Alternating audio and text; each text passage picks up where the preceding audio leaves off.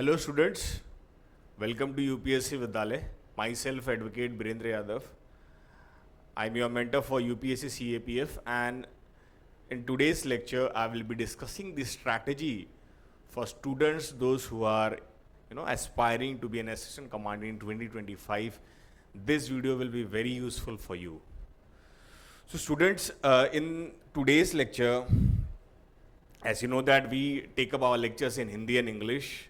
I try to be bilingual because I feel that many of our students are from Hindi medium, some are from English medium, and so I tend to bring up English and Hindi in my lectures. The only intent is that as many as student should benefit from this initiative. तो students आज मैं आपके लिए strategy क्या होनी चाहिए 2025 में जो लोग असिस्टेंट कमांडेंट बनना चाह रहे हैं उनके लिए क्या एक वर्केबल स्ट्रैटेजी होनी चाहिए, क्या एक हमारे मन में क्या क्या चीज़ें होती हैं, क्या क्या सवाल होता है एक स्टूडेंट के मन में, हर एक चीज़ों के बारे में यहाँ पे मैं कोशिश करूँगा, हर एक एरिया को मैं टच करके एड्रेस करने की मैं कोशिश करूँगा। सबसे पहले स्टूडेंट्स देखिए, ये एक कॉम्पिटिटिव एग्ज़ाम है ना, ये यूनिवर्सिटीज़ का एग्ज़ाम नहीं है, डिग्री लेने के लिए जो एग्ज़ाम होते हैं वो नहीं है, ये यहाँ पे कोई पासिंग मार्क नहीं है ना।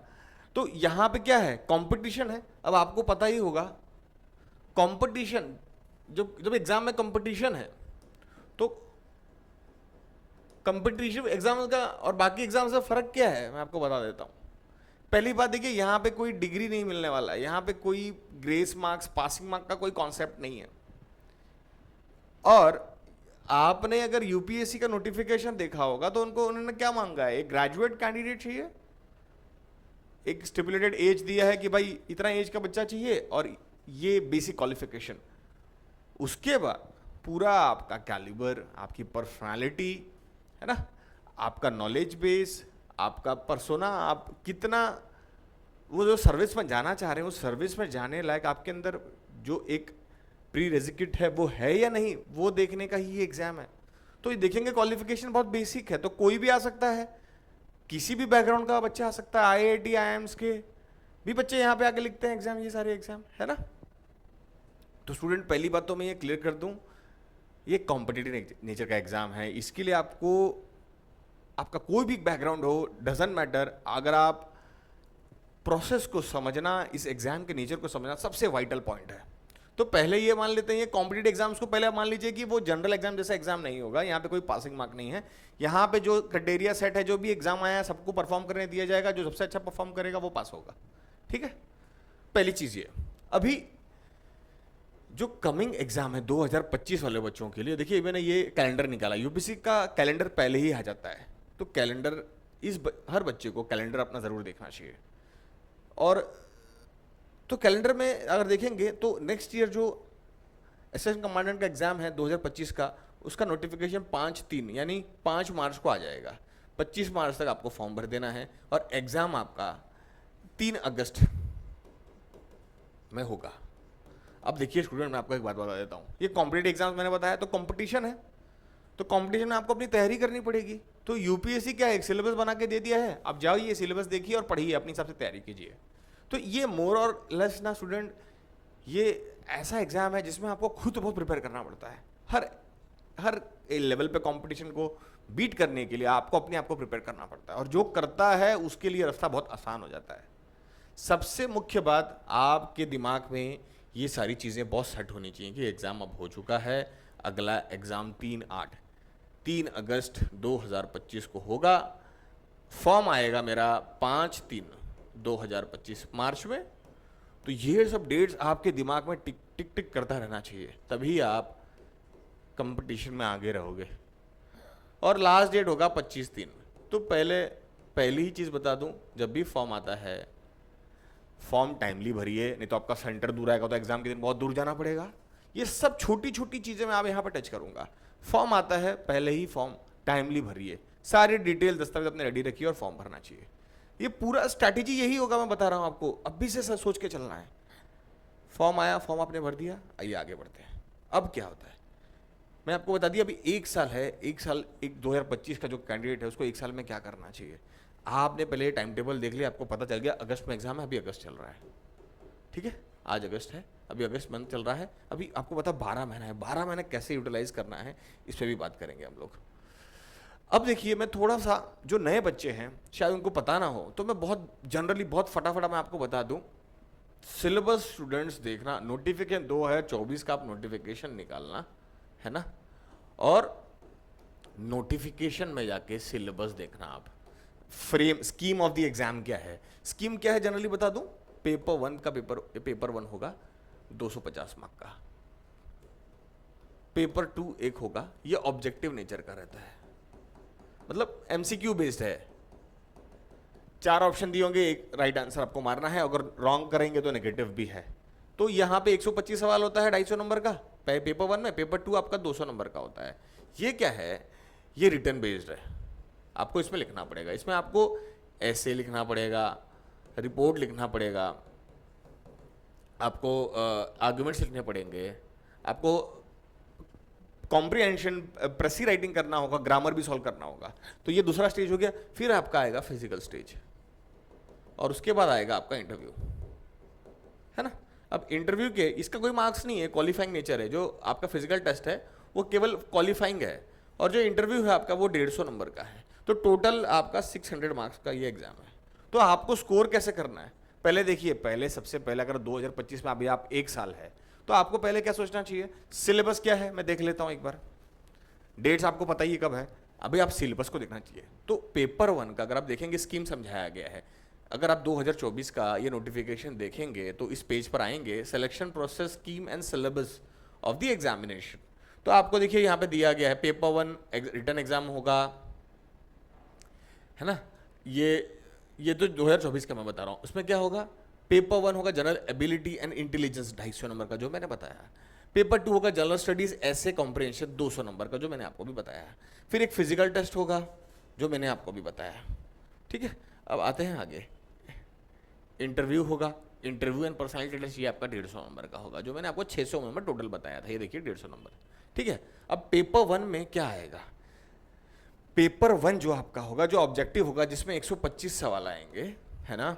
उसमें आप देखेंगे तो जनरल मेंटल एबिलिटी होगा, अब जनरल साइंस होगा, current events of national and international importance, Indian polity and economy, history of India, और इंडिया एंड वर्ल्ड ज्योग्राफी। तो स्टूडेंट देखिए, ये सब टॉपिक्स के आपके पास एक बुक होना चाहिए अपना, हर एक सब्जेक्ट का, है ना, क्योंकि ये सारी एरियाज आपको प्रिपेयर करना है। अब देखिए स्टूडेंट, ये एरिया प्रिपेयर करने के लिए मैं आपको बता दूं आपको क्या करना चाहिए।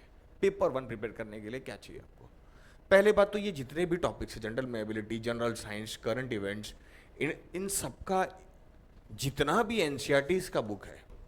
देखिए स्टूडेंट्स, इस बार का भी मैंने पेपर देखा है 2024 का, सवाल डायरेक्टली एनसीईआरटी से आए हैं, है ना। एनसीईआरटी से ही सवाल फ्रेम होते हैं। अगर आप एनसीईआरटी आपने पूरी एनसीईआरटी पढ़ रखी है, हर सब्जेक्ट की एनसीईआरटी अगर आपने पढ़ी है, तो आप देखोगे सवाल वहीं से आ रहे हैं, मेजोरिटी ऑफ द सवाल वहीं से, है ना। तो करंट इवेंट्स तो देखिए वो तो इवॉल्विंग है, वो तो पेपर वेपर पढ़ना पड़ेगा आपको, तो तब आएगा।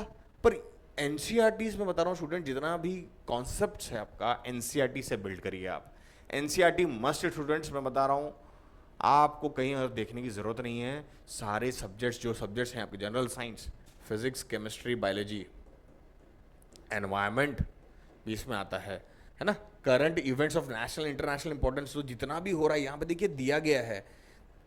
तो ये स्टूडेंट्स सिलेबस आपको ना, इसका एक प्रिंट मार के दीवार पे चिपका के देखना चाहिए डेली, तब आपको याद होगा। एक बार में याद नहीं होता। सिलेबस आपने चिपका दिया, उसको डेली देखिए, या तो अपने बुक में चिपकाइए, उसको डेली देखिए। सोते समय, रात को जब सो रहे हैं, सोने जा रहे हैं, सिलेबस को रोज देखा करिए, तो आपके धीरे धीरे दिमाग में सिलेबस पूरा बाहर हो जाएगा। फिर आपका ना लाइफ बहुत ईजी हो जाएगा। अगर आप अभी आए हैं 2025 में, बहुत अच्छे से देना चाहते हैं, मैं कहूँगा स्टूडेंट्स आपको पहले सिलेबस को बहुत रीड करना चाहिए, डेली रीड करना चाहिए 3 महीने तक। आपको पूरा सिलेबस दिमाग में बस जाना चाहिए आपके।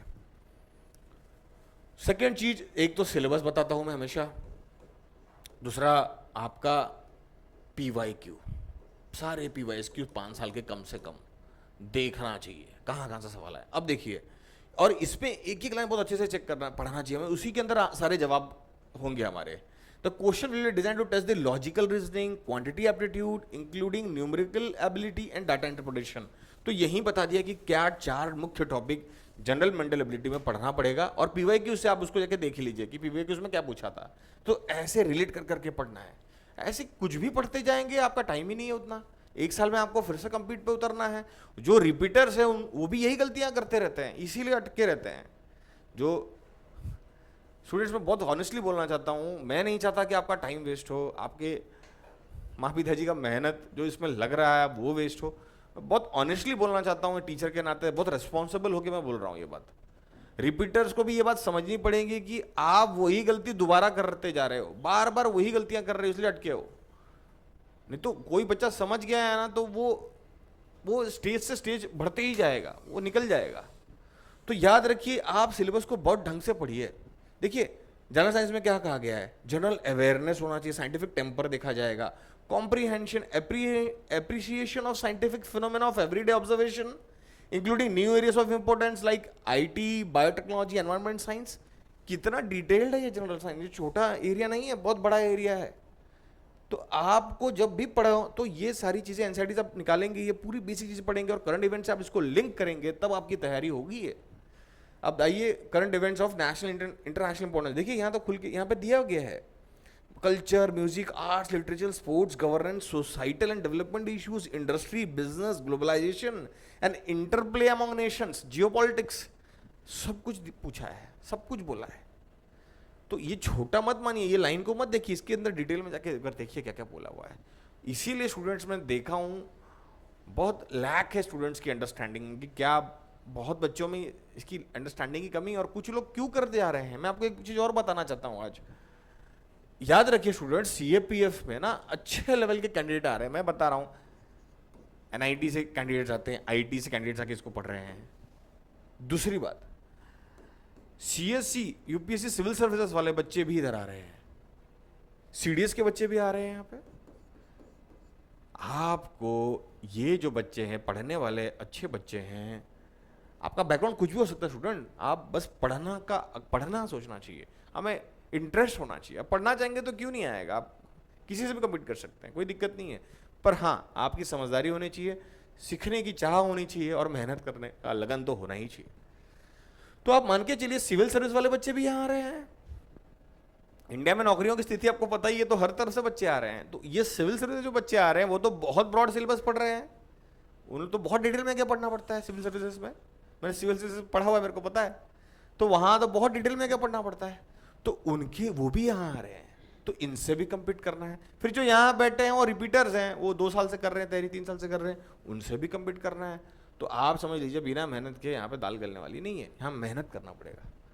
आइए अब इंडियन पॉलिटी एंड इकोनॉमी, इसके लिए भी जो बेसिक्स आप इसको पढ़ के देखिए डिटेल में, कितना बहुत कुछ है। History of India broadly covers the socio economy political, है ना, areas of growth of nationalism, freedom movement, हर जगह से सवाल आया है इस बार, है ना, तो छोड़ नहीं सकते आप। आइए अब आते हैं पेपर 2 पे।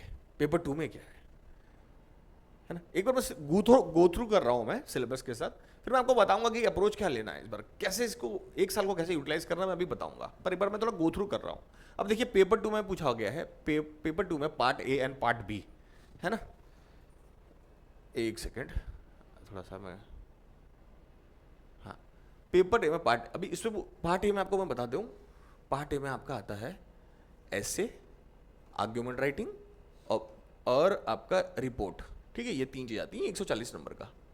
उसके बाद पार्ट बी में कॉम्प्रिहेंशन आता है, प्रेसी आता है और ग्रामर आता है। तो ये 200 नंबर का है टोटल, तो ये 60 मार्क का आता है। तो आप मान लीजिए ये 200 नंबर का है। अब ये जो ऐसे रिपोर्ट आर्ग्यूमेंट है ना, ये पूरा करंट बेस्ड रहता है और स्टार्टिंग पोर्शन से भी पूछा, जो ना पेपर उनका सिलेबस बताया आपको, वो भी पूरा सिलेबस वहां से और करंट इवेंट्स को मिलाकर ये पूछा जाता है। तो आपको उसमें समझ के चलिए 2 घंटे में 180 मिनट होता है और 200 मार्क का पेपर होता है। तो हर मार्क के लिए आपके पास 1 मिनट से भी कम समय है। और ऐसे लिखने होंगे आपको, एसेस लिखना मतलब निबंध लिखना है। 3 टोटल अगर आप देखेंगे 6 टॉपिक पूछा जाता है, उसमें से 4 लिखना होता है। और आर्ग्यूमेंट और जो रिपोर्ट होता है वहां पे जो दो दिया होगा तो उसमें ऑप्शन चूज करने का नहीं रहता, लिखना ही पड़ेगा आपको, कंपलसरी होता है आपको। दो दिया है, दोनों में लिखना ही पड़ेगा, दो रिपोर्ट है, लिखना ही पड़ेगा आपको। तो बस ऐसे में ऑप्शन रहता है कि 6 में से आप 4 लिख लीजिए। एक ऐसे 20 नंबर का होता है तो मिनिमम आपको 200 वर्ड्स से 200 से 250 वर्ड में लिखना होता है। टाइम कितना कम है आपके पास, अगर 20 नंबर का ऐसे है तो आपके 20 मिनट से भी कम समय है, तो आप मान लीजिए यहीं पे आपके पास टाइम ही कम है लिखने का। जैसे मैंने बताया हर मार्क के पीछे 1 मिनट से भी कम है, तो ये 20 नंबर का है तो 20 मिनट से भी कम समय है ऐसे लिखने के लिए। तो आप समझिए कितना लेवल का आपका तैयारी होगा, तब एग्जाम में जाके आप सीधा डिलीवर करेंगे, आप यहाँ वहाँ भटकेंगे नहीं। तो उसके लिए बहुत प्रिपरेशन लगती है स्टूडेंट्स। 1 साल में मैं मानता हूँ अगर स्टूडेंट को पूरा रिक्वायरमेंट पता है, सिलेबस पता है, PYQs पता है और उसका हर एरिया में प्रॉपरली उसने बिल्ड किया है, तो 1 साल में बहुत अच्छे लेवल पे बंदा जाके इसको अटेम्प्ट दे सकता है और सिलेक्शन के भी चांसेस उसके बहुत हाई रहेंगे अगर पूरी मेहनत की है तो। अब देखिए, अब मैंने आपको ये बता दिया, अब ब्रीफली बता दिया पेपर 2 में भी क्या आता है, ये सब मैंने समझा दिया। अभी आपको मैं बताता हूँ इंटरव्यू में क्या होता है, इंटरव्यू क्यों इंपॉर्टेंट है स्टूडेंट्स। इंटरव्यू में आपको बताता हूँ क्या होता है इंटरव्यू में। आइए एक बार मैं इंटरव्यू में बता के आपको फिर मैं आज कंक्लूड करूँगा अपना पॉइंट। इंटरव्यू में स्टूडेंट्स 150 नंबर का होता है ये, ठीक है। यहाँ पे कुछ बच्चे 115, इधर देखिए मैं आपको बता रहा हूँ 150 नंबर है, आप मान लेते हैं 100% है, मतलब 100% इज इक्वल्स टू 150। इधर क्या होता है, बच्चा अगर इंटरव्यू बहुत अच्छा दे रहा है, मैंने ऑब्जर्व किया है, ट्रेंड ऑब्जर्व किया है, लोगों को मिनिमम 70 भी मिलता है, 70-80 भी मिलता है, और कुछ लोगों को 118 भी मिल जाता है ना। तो अगर आप ध्यान से देखेंगे ना तो समझ लीजिए 100 है तो 50% से लेके 150 नंबर का है तो 50% से लेके 80% मार्क्स भी मैंने देखा है लोगों को मिला है। 80 तो नहीं कहूँगा, 78-75% मार्क्स भी मिला है बच्चों को। अब आप समझ के चलिए इतने इंटेंस कंपटीशन में कोई बच्चा 50% मार्क्स ले पाया, कोई बच्चा 75 या 78 या 76% मार्क्स ले पाया, तो उसने इंटरव्यू में ही कितना बड़ा एज क्रिएट कर लिया। 20-25 नंबर में तो पूरा लिस्ट खत्म हो जाता है सिलेक्शन का। इस बार मान के चलिए 500 बच्चे हैं अप्रॉक्स, अगली बार तो कम होंगे, मान लेते 300-350 आएगा सीट, 400 आएगा। इंडिया के स्केल के हिसाब से 500 और 350-400 सीट्स क्या ही है। तो आप 50% के मार्क्स ला पाए और कोई बच्चा 75 ला पाया, तो आपको तो बहुत पीछे छोड़ दिया। 150 नंबर का है, 30 नंबर 40 नंबर आपसे ज़्यादा किसी ने निकाल दिया तो वहीं गेम खत्म हो गया। तो चांस नहीं है स्टूडेंट, मतलब आप कोई एरिया को छोड़ ही नहीं सकते। और इंटरव्यू में बताऊं स्कोरिंग है, अगर आपने बढ़िया तैयारी कर ली, समझ गए सर्विस की डिमांड, समझ गए अपने आप को, समझ गए एग्जाम के नेचर को, समझ गए और सही आप पर्सपेक्टिव आपके अच्छे बिल्ड हो गए, हर एरिया में आपका थॉट डेवलप हो गया, आप हर एरिया में अपना एक अच्छा विचार बना पाए, एक एज एन एडमिनिस्ट्रेटर आप बनेंगे क्या, कमांडेंट बनेंगे, 150-200 लोगों को अपने नीचे संभालेंगे, तो आपकी मैच्योरिटी कितनी होनी चाहिए, अच्छी होनी चाहिए काफ़ी, तभी तो आप 150 लोगों को मोटिवेट रख पाएंगे। 150-200 लोगों को आपको संभालना है तो कैसे मोटिवेट करेंगे जब आप ही कंफ्यूजन में है ना। समझिए बहुत जिम्मेदारी का काम है ये, आपके हाथ में 200 जवान आपको मैनेज करना है, इतना आसान नहीं होगा। तो इसलिए कंपटीशन है और ये हमेशा रहेगा, कंपटीशन कभी डाउन नहीं होगा, आपको अपग्रेड करना पड़ेगा अपने आप को, आपको मैं एक चीज़ और बताता हूँ। यूपीएससी में मैंने देखा जो भी पोस्ट आती है, कभी कभी पूरी पोस्ट फुल भी नहीं हो पाती, मतलब पोस्ट है 500 पर सिलेक्शन सिर्फ 350-400 लोग का ही होता है, क्योंकि यूपीएससी को उतने अच्छे कैंडिडेट मिले ही नहीं उस साल। ऐसा भी होता है, वो ढूंढ रहे हैं 500 अच्छे लोग पर उनको मिले 450 ही अच्छे सही से मिल पाए, तो वो 450 को ही भर्ती करती है, उनको लगता है कि नहीं मिले सही कैंडिडेट, होता है। तो मैं आपसे यही कहूँगा सर्विस की रिक्वायरमेंट को समझना और हर एक स्टेज को समझना बहुत इंपॉर्टेंट है। और मैं आपसे कहूँगा स्टूडेंट एक बड़ी बात, पेपर 1, पेपर 2 और इंटरव्यू, ये तीनों ही एरिया में मार्क्स लाने को सोच रहे हैं। कुछ लोग सोचते हैं पेपर मेरा बहुत अच्छा है मैं इधर कर लूँगा, पेपर 2 में मैं ठीक ठाक नंबर ले आऊँगा, इंटरव्यू में देख लूँगा लास्ट में। ऐसा होता ही नहीं है कभी। आपको ये तीनों एरिया में स्कोर करने का ही सोचना पड़ेगा और कोई चारा है नहीं। सिस्टम ऐसा बना है एग्जाम का, इधर आप मार्क्स ले गए, इधर नहीं ला पाए तो बाहर, इधर नहीं ला पाए तो भी बाहर, या सब में काम चलाने लायक नंबर लाया तो बस सिलेक्शन होगा और लास्ट रैंक आएगी, पिछला रैंक आएगा, तो आपकी मन चाहा सर्विस भी नहीं मिलेगा। तो आप जब मेहनत कर ही रहे हैं तो बेस्ट करिए। इसलिए हमेशा कहता हूँ कि student must think about excelling this exam. हमको एक्सेल करने का सोचना चाहिए, तब हम जाके पास होंगे। हम जब पास होने का ही सोच रहे हैं तो हमको पता ही नहीं हमारा होगा या नहीं होगा। तो आपको एक्सेल करना है। तो देखिए मैंने बता दिया आपको, मैं एक आइडिया के तौर पे बता रहा हूँ स्टूडेंट, आपको हर 3 एरिया में मार्क्स लाने का सोचना चाहिए। यहाँ पे आपको इंटरव्यू में 100+ मिनिमम लाने का सोचना चाहिए। पेपर 2 में आपको 100 टारगेट मिनिमम करना चाहिए। 100 200 नंबर हो गए, और यहाँ पे आपको मिनिमम 150। ये जब नंबर आप लाएंगे ना स्टूडेंट, तो आपका बनेगा 350।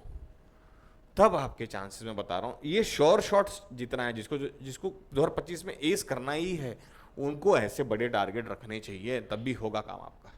आप सोचेंगे काम चलाऊं, अभी 1 साल है, क्या करेंगे? पढ़ ही तो रहे हैं तो बेस्ट करिए अपना। 1 साल है, क्या करेंगे आप? हर एक एरिया को पहले समझिए मैं कमजोर कहाँ हूं और उस पर वर्क करिए जाके। अब मैं आपको बताता हूं लास्ट स्टूडेंट में बताऊंगा 2025 में जो लोग 2025 में यूपीएससी के सीएपीएफ एग्जामिनेशन में असिस्टेंट कमांडेंट बनना ही चाहते हैं, उनके लिए क्या है। मैं बहुत ही स्टूडेंट रेस्पॉन्सिबली होके बोल रहा हूँ, बहुत कमिटमेंट के साथ ये बात मैं रख रहा हूँ। मैं आपको बता रहा हूँ, ये अगर आपने कर लिया तो चांस फुल है। पहली बात, सबसे पहली बात, सिलेबस,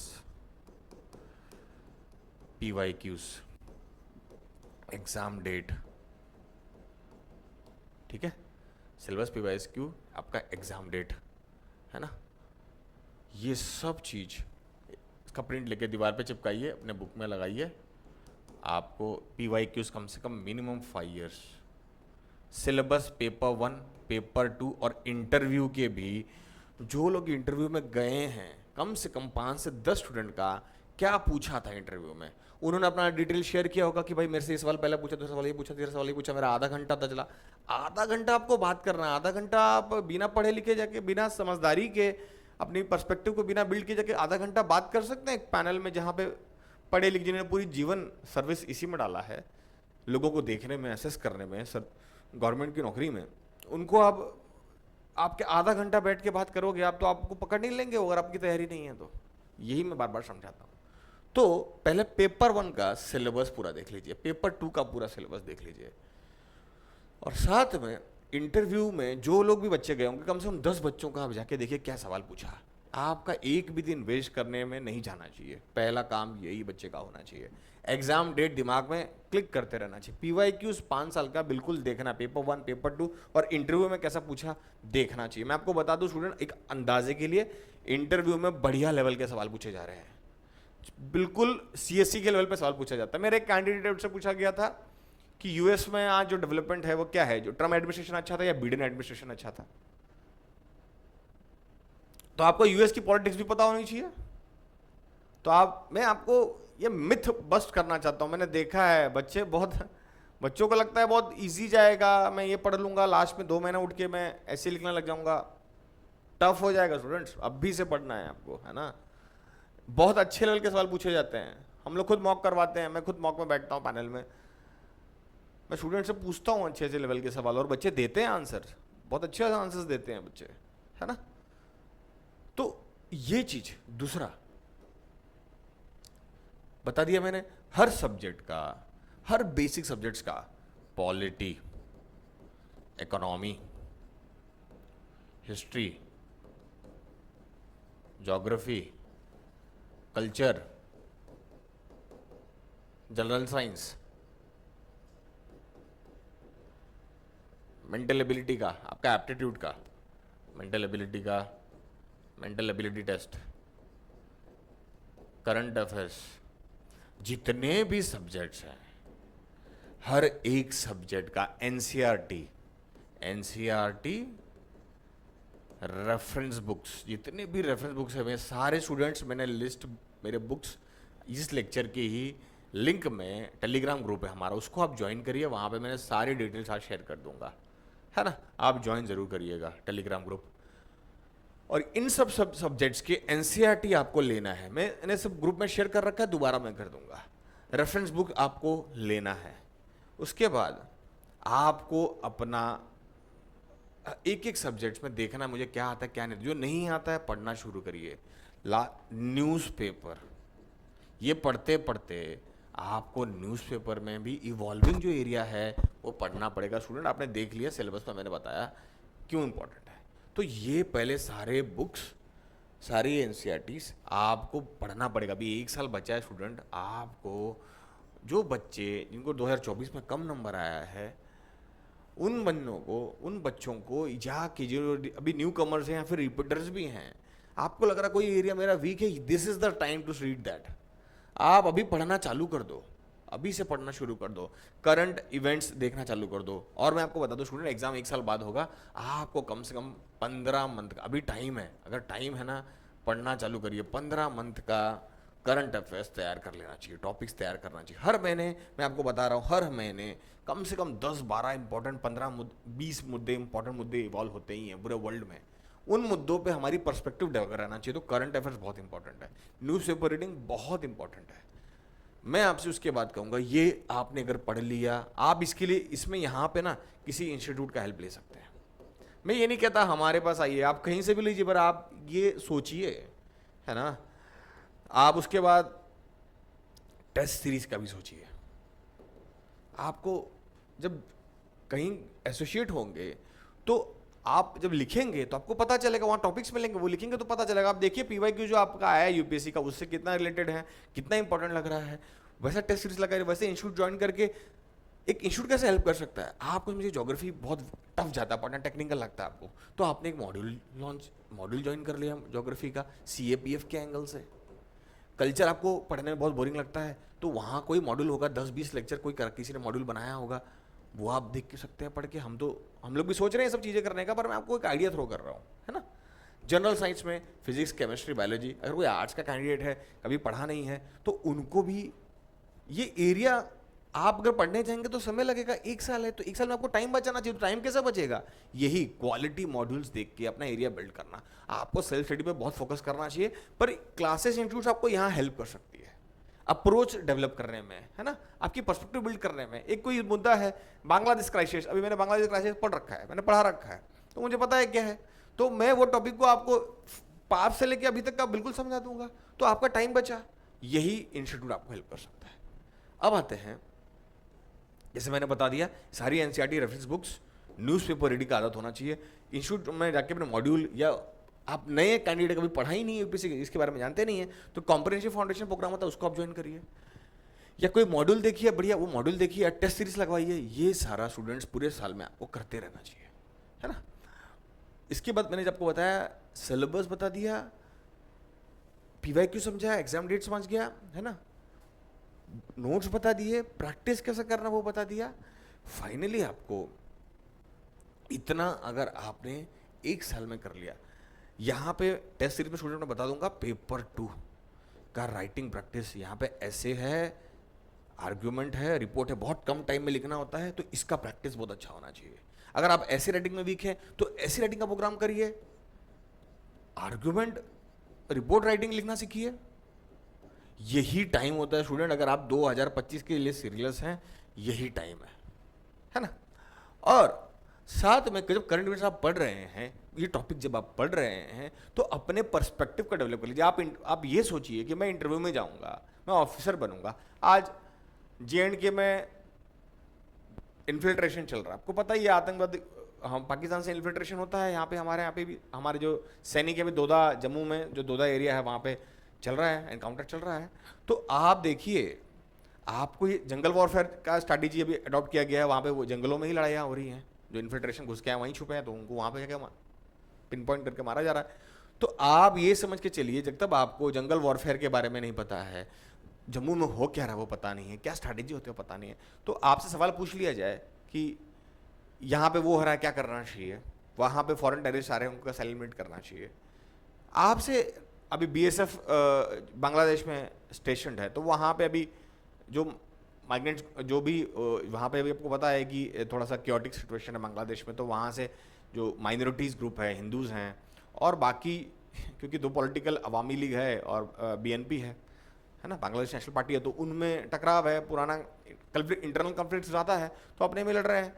ऑपोजिशन और इनकम्बेंट जो गवर्नमेंट लड़ रही है, तो जो लोग हैं भाग के इंडिया में घुसना चाह रहे हैं, तो बीएसएफ स्टेशन है तो बीएसएफ उसको देख रही है, तो आपसे पूछ लेगा कि आप खड़े रहेंगे और ऐसा आएगा आपको लग रहा है कि माइनॉरिटी है, आप भी माइनॉरिटी कम्युनिटी वहाँ से भाग के आ रही है, तो आप सरकार पर लेना नहीं चाह रही, पर आप आने दोगे क्या? तो आपसे सवाल पूछ लिया गया।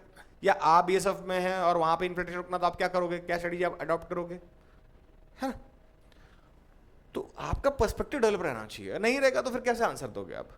और नहीं, अच्छा आंसर नहीं दोगे तो मार्क्स कम आएंगे तो कंपटीशन से बाहर हो जाओगे। तो मैं ये कहूँगा स्टूडेंट, करंट इवेंट्स में अपने पर्सपेक्टिव बिल्ड करना बहुत इंपॉर्टेंट है। तो स्टूडेंट आप कहीं पे मेंटरशिप प्रोग्राम कर सकते हैं, इंटरव्यू गाइडेंस प्रोग्राम कर सकते हैं, ठीक है? मैंने ये आपको स्टूडेंट समझा दिया। मेंटरशिप हमारे यहाँ पे भी हम लोग करने का सोच रहे हैं, इंटरव्यू गाइडेंस प्रोग्राम भी हम लोग हर साल करते हैं, है ना? मेंटरशिप हम लोग सोच रहे हैं जो रिपीटर कैंडिडेट हैं उनको मैंने देखा है कि कुछ कुछ एरिया से प्रॉब्लम रहता है, कुछ अंडरस्टैंडिंग में प्रॉब्लम होता है, कुछ स्ट्रैटेजी में उनकी स्ट्रैटेजी वीक बनाते हैं वो लोग। क्या है, जानते हैं तैयारी कैसे करना है, फिर भी जाने अनजाने में उनसे बहुत वाइटल एरिया छूट जाते हैं। तो वो मेंटरशिप प्रोग्राम भी हम लोग करने का सोच रहे हैं, जहाँ पे हम स्टूडेंट्स को ये बताएंगे कि आपको अभी क्या करना चाहिए, है ना, ताकि उनके जो डाउट्स हैं वो क्लियर हो और वो फोकस कर पाएँ। तो स्टूडेंट मैं बता रहा हूँ, जो भी लोग 2025 के लिए बहुत सीरियस हैं, उन्हें ये जो मैंने चीज़ें बताई, एक एक चीज़ों को बहुत अच्छे से वर्क करना चाहिए, है ना? और आप मेरे ग्रुप में बनाइए, मैं वहाँ पे मेंटरशिप देता रहूँगा, मैं टॉपिक शेयर करता रहूँगा, हम लोग मॉड्यूल्स भी लॉन्च करने वाले हैं।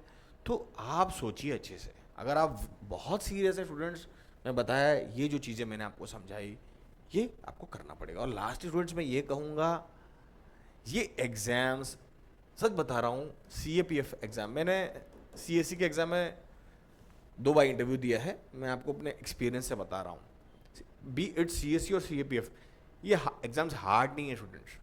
सबसे बड़ी प्रॉब्लम क्या है, लोगों को पता नहीं है कि तैयारी करना कैसे है। जब आप घुसोगे उसके अंदर पीसोगे तब पता चलता है ना?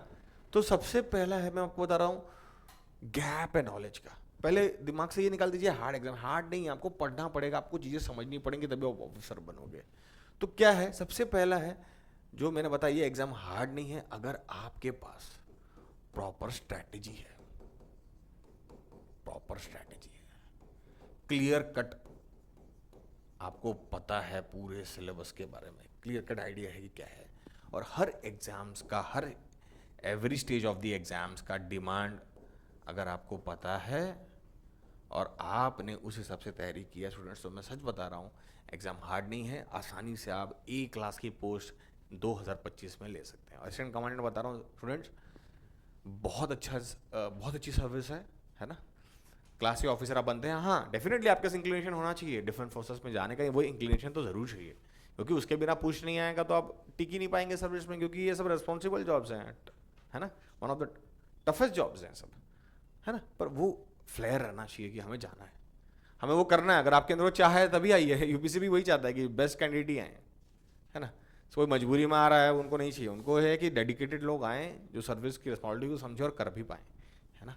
तो ये स्टूडेंट मैं बता रहा हूँ, अगर आपने इन चीज़ों पे ध्यान दिया है, डूएबल एग्ज़ाम है और अच्छी पोस्ट है ना, क्लास A की बढ़िया पोस्ट है, बहुत सारे मैं आपको बता रहा हूँ, एक बहुत अच्छा एक्सपीरियंस रहेगा आपके लिए, बहुत ज़्यादा एक लाइफ चेंजिंग एक्सपीरियंस रहेगा आपके लिए। तो स्टूडेंट्स मैं यही बोल के आज का लेक्चर यहीं ख़त्म करेंगे, है ना? हमारा टेलीग्राम ग्रुप है, आप डिस्क्रिप्शन में वीडियो में देख सकते हैं, वहाँ ज्वाइन करिएगा, मैं वहाँ पे सब बुक्स लीड भी शेयर कर दूँगा, ठीक है? और कोई भी आपका डाउट है, कहीं आपको लग रहा है आप रिपीटर हैं, इंटरव्यू में जा रहे हैं, न्यू कमर हैं, आपको कोई भी डाउट रहता है, feel free to share in our discussion group, है ना? That's all for today, students. Thank you so much for joining us. I wish you all the very best. Thank you.